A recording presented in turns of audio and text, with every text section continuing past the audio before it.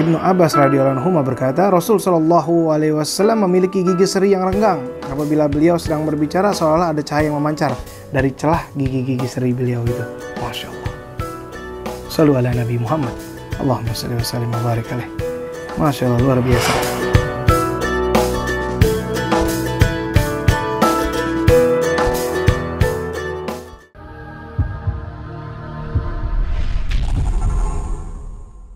Assalamualaikum warahmatullahi wabarakatuh. Alhamdulillahilladzi hadana bi abdihi mukhtari man da'ana ilaih bil idzni wa qad nadana labbaika ya man dana lana wa hadana sallallahu wasallam wa barak alaih. Alhamdulillah, kembali lagi bersama saya Al-Fakir Zulmi Azwar, khadim dari guru kita Al-Ustadz Hakim Bawazir, yang mana kita sedang berada di acara Kultum, kuliah 7 menit menjelang berbuka puasa. Walaupun kadang lebih dari 7 menit ya. Mohon ridhonya sahabat siaran yang dirahmati Allah. Kita tunggu buka kita dengan majelis ilmu. Masya Allah.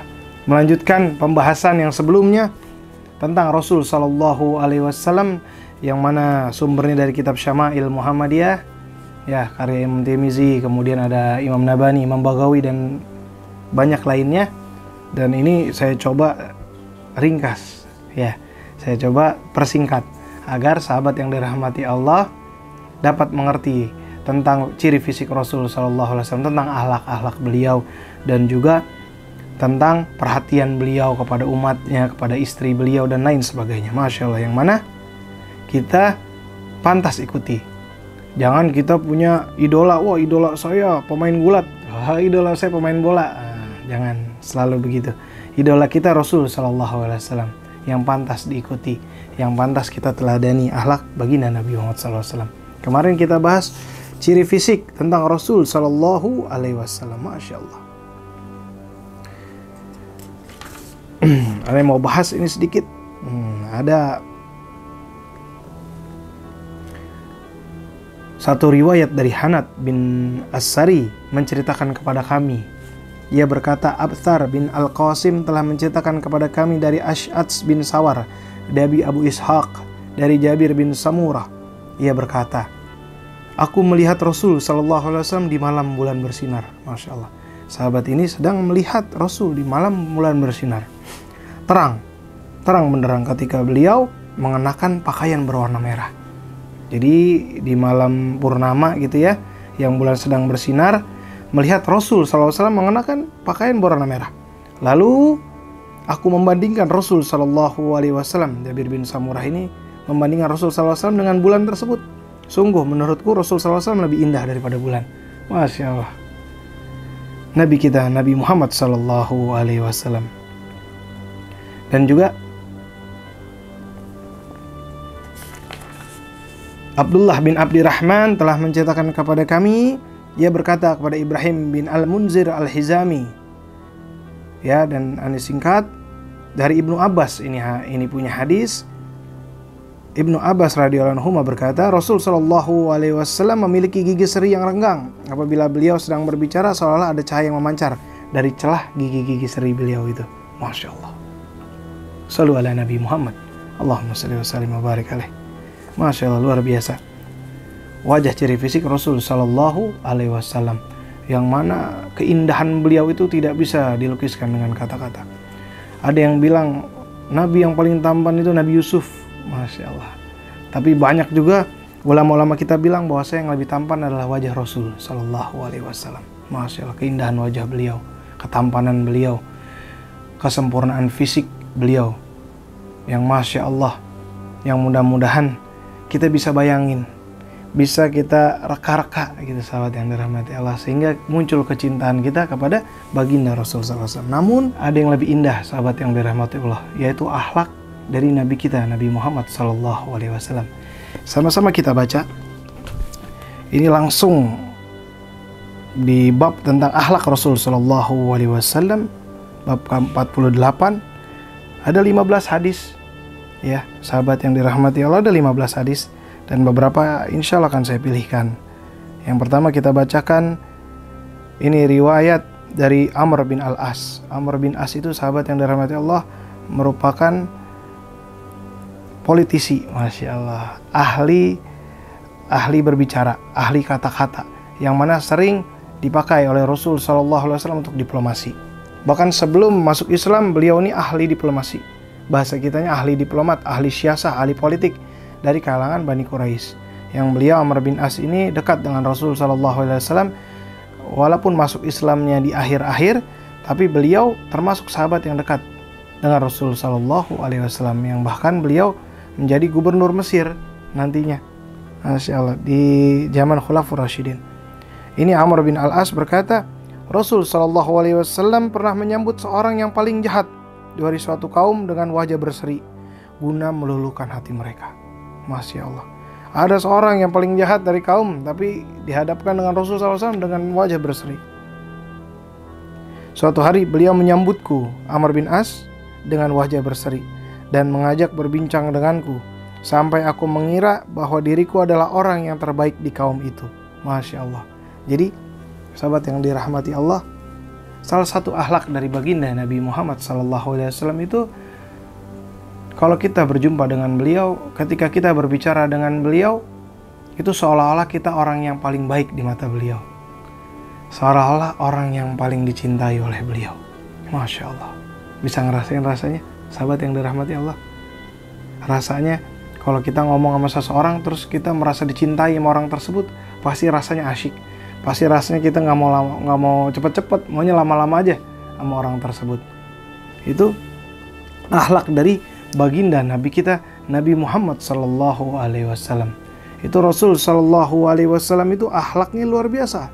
Salah satu akhlaknya juga pernah ketika baginda Nabi Muhammad SAW bukan hanya akhlaknya kepada manusia, tapi bahkan kepada hewan juga akhlaknya beliau luar biasa. Pernah Rasul SAW itu sedang disiapkan makan oleh istrinya, Sayyidatuna Aisyah, berupa roti gandum yang dipadatkan untuk Rasul SAW. Tiba-tiba sudah disiapkan itu untuk baginda SAW. Biasanya seorang istri itu menyiapkan yang terbaik untuk suaminya itu. Nah, ini merupakan sunnah tuh dari Sayyidatuna Aisyah, sunnah dari para ummul mukminin untuk para suami, Masya Allah, untuk diikuti oleh para istri. Untuk para suami itu kita hidangin makanan-makanan terbaik dan juga pelayanan-pelayanan terbaik, yang mana itu akan mendapatkan pahala yang luar biasa. Ketika disediakan itu makanan, tiba-tiba ada datang kambing tetangga, tuk tuk tuk tuk tuk, tiba-tiba dimakan itu makanannya Rasul yang disiapkan buat Rasul SAW. Nah, Sayyidatuna Aisyah melihat kambing itu dan bilang, "Hai, kambing!" Dan dalam riwayat itu sampai mau dikejar, sampai mau dihardik gitu, itu kambing. Terus ada Rasul SAW mencegah Sayyidatuna Aisyah, mencegah Ummul Mukminin dengan bilang, Tidak Aisyah, jangan kau pukul, jangan kau hardik kambing tersebut, biarin aja dia makan dulu sampai selesai, nanti sisanya aku yang makan." Masya Allah. Nabi kita, Nabi Muhammad SAW, rela makanannya dimakan oleh kambing, terus sisanya dimakan sama Rasul SAW. Nah, gimana kita sahabat? Kadang kita sedikit aja dicium kucing aja, kadang kita nggak mau makan. Tuh, tapi akhlak baginda kita, Nabi Muhammad SAW, kepada hewan nggak mau dihardik, dibiarin dulu makan, sisanya Rasul SAW yang makan. Akhlak Nabi Muhammad SAW. Pernah suatu ketika juga akhlak beliau, pernah dihadiahkan baju sutra. Baju sutra haram untuk kaum muslimin, untuk orang Islam nggak boleh orang laki-laki memakai baju sutra.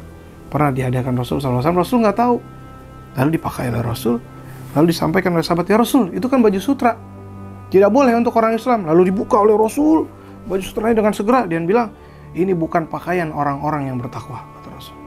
Nah, bagaimana nih caranya? Mungkin bisa menghancurkan hati orang yang punya.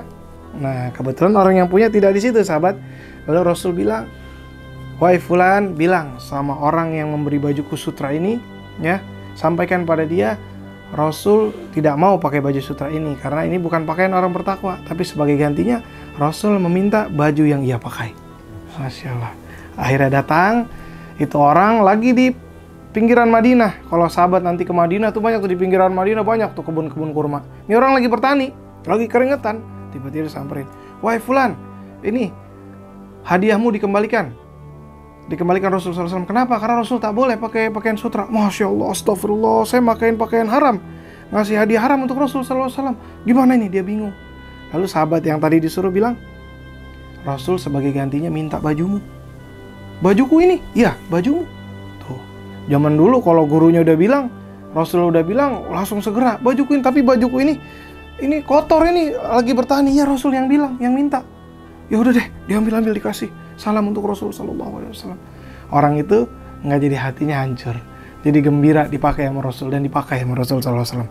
Bajunya tuh yang bekas bertani sallallahu alaihi wasallam. Masya Allah, akhlak beliau, akhlak yang begitu indah.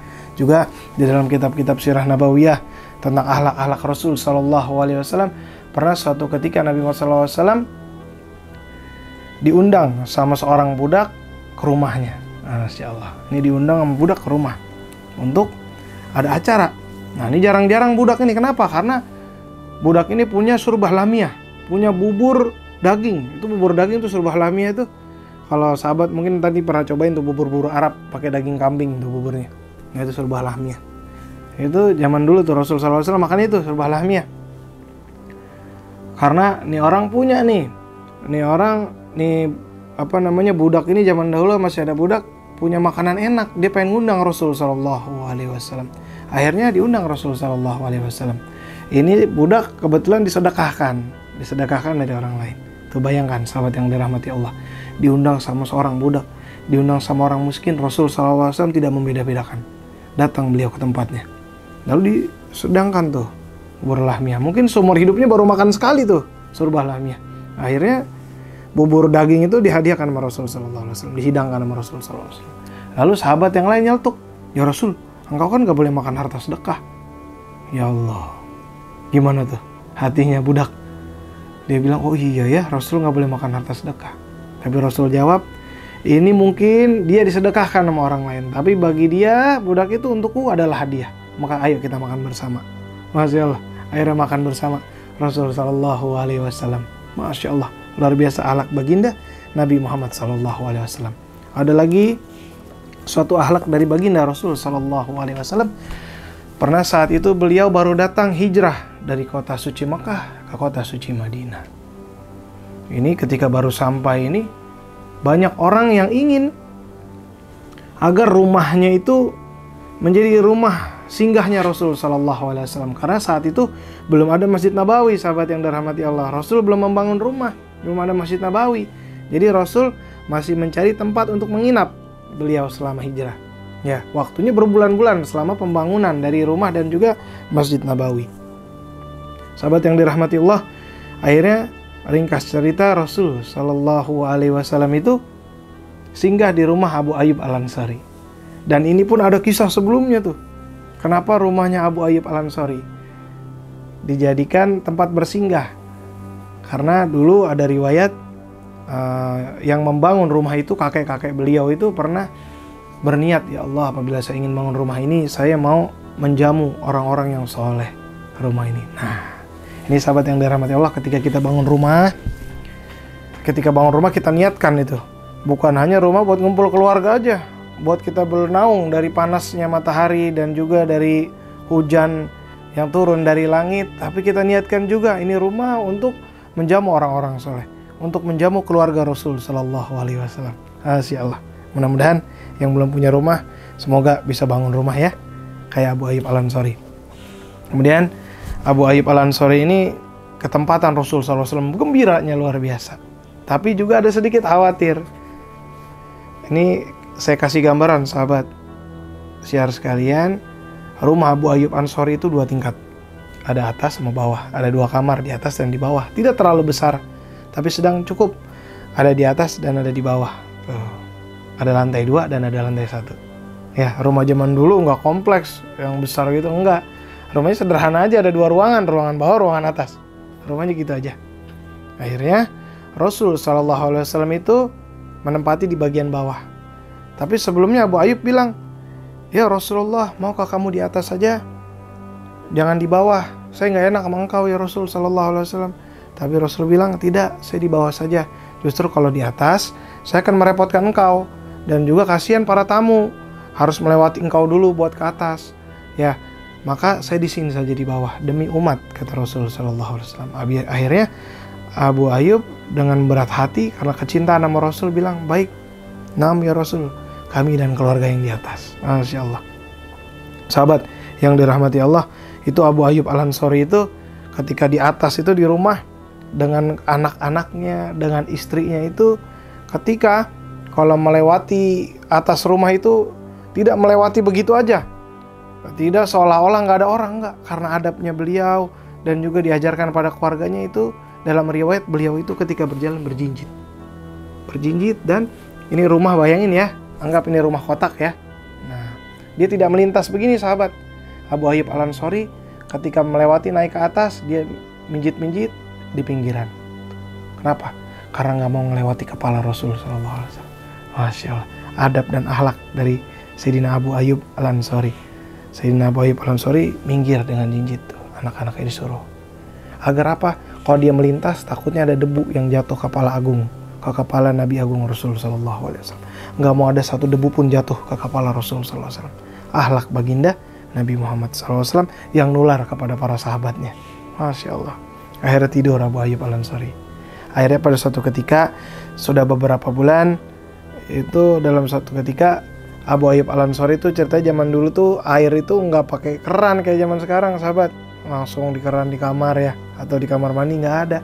Jadi mereka bawa tuh gotong ya, kendi-kendi air ke dekat-dekat, misalkan buat tempat cuci mukanya atau buat minumnya segala macam, ngambil dari sumber air taruh di gentong.